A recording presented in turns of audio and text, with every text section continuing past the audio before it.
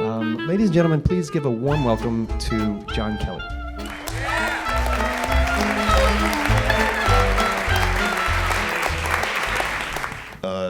Divorce is hard, and in case you didn't know, it's a difficult thing, and I think more so for my children than for their mother and myself. I have 4 children, and my eldest daughter, Nicole, she was 15, I guess, or 16 at the time, and she was mad at me, and completely understandable. She was not happy that I was leaving. And I wasn't really happy about that either, but she, at that time, did not want to forgive me, and she really wanted nothing to do with me while she was in the few years left in high school. When I would go up to see her younger siblings and pick them up, she would not be available, and she would hide. And there was one time I went to pick up the girls, and she was coming home with her mother and a friend, and she hid in the back seat. I saw her duck down in the car seat because she just would not talk. So that, she went through what she needed to go through. And then she went on to college, and she ended up in Albany. I was working in the city and living in the city, and they lived up in Tivoli, and she was at Albany. And I would go up a couple times a month and take her to dinner, and it was always like a cheeseburger, french fries, and a beer. And so I would be like cheeseburger, french fries, and a beer. And so we would sit and not talk, and we'd eat our hamburgers, and then I would drive her back to school, and then I would go back to the city. And this went on for probably a year, or maybe a little bit longer.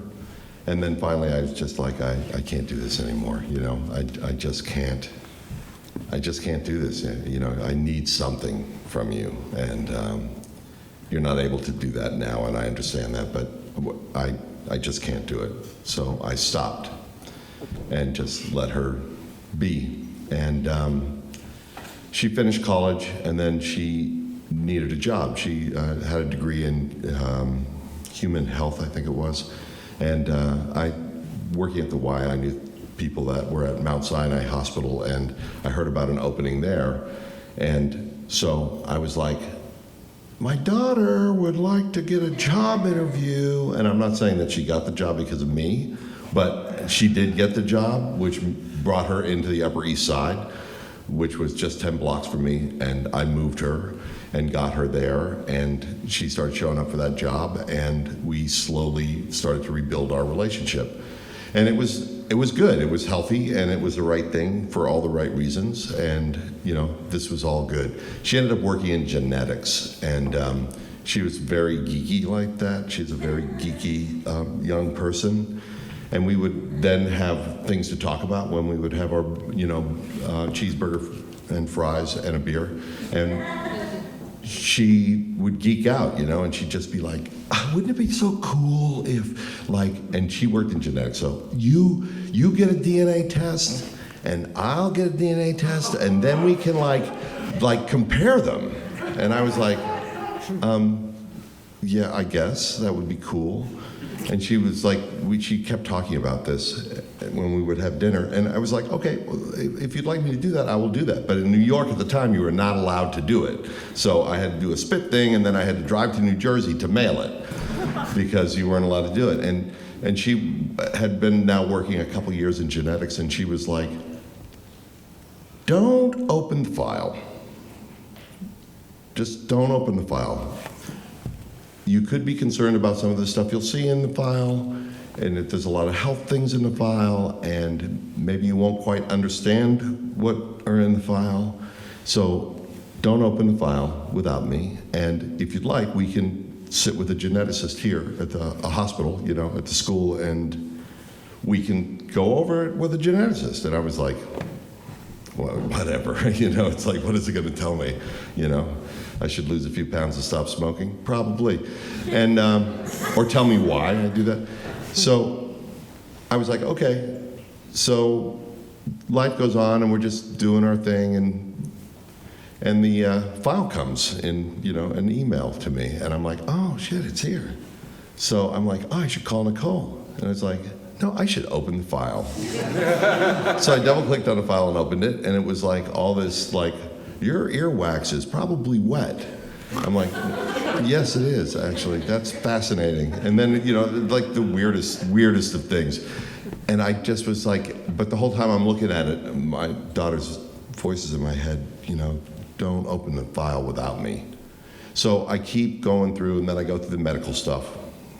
And it's like, oh, well, that was a no-brainer. I knew all those things about myself. I am not a sprinter, okay? So I figured out all these things, and then the last one was family, relatives. And I click on that, and I see I'm related to like all these people that I have no idea who they are. You're 2% for this, and 5% there, and 10% there. And Nicole's not there. So I'm like, is this why I was not supposed to open the file? Because this is pretty fucked up at the moment. And so I was overthinking it, which I'm very good at.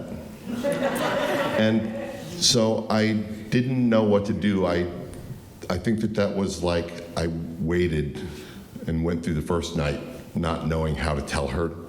So I did call her the next day and I said, hey, the file came. And she's like, oh, great, well, we should get together. And I was like, yeah, we should get together. And she was like, you opened it. And I'm like, yeah, I opened it. And she was like, I told you not to open it.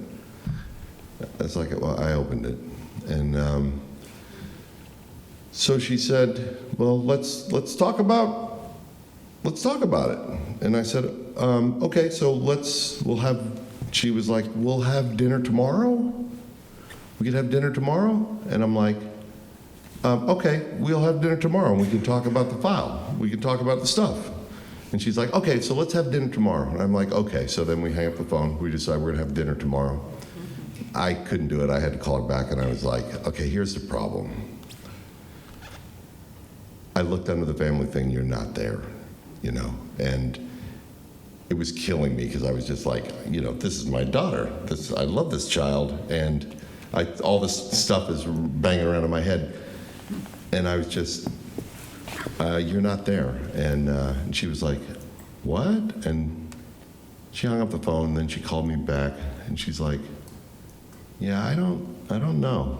And I said, well, we'll talk tomorrow at dinner. So she's like, okay. So the next night, I didn't sleep again, and I was just thinking of ways of maybe, how much does it cost to kill a person? I don't know. I don't know. I know industrial accidents happen in the theater all the time. So, but I just don't know those things. And so we were getting closer to dinner time, and she called me back, and she was like, check your file again. And I checked it, and she was there. And she's like, I didn't know that I was supposed to click a button that allowed me to share my information with the other people. And I was like, are you fucking kidding me? You're like, you fucking work in genetics. It's like, oh my God, I was gonna have your mother killed. And it was just like, Jesus Christ. So we went to have dinner. I felt much better, by the way. And I mean, the child looks just like me, except she's pretty. So I was like, okay, we're gonna have dinner now. This is really great, we're gonna have dinner. So we go to have dinner, and I order a cheeseburger and fries and a beer, And then she orders like a steak and sauteed vegetables and a baked potato and a salad and a seltzer water with lime. And I'm like, you're hungry. And she's like, well, I'm eating for two. And I found out the reason she wanted to have dinner, that I was gonna be a grandfather. And that grandbaby is my baby. Thank you very much. And it was good, so thank you.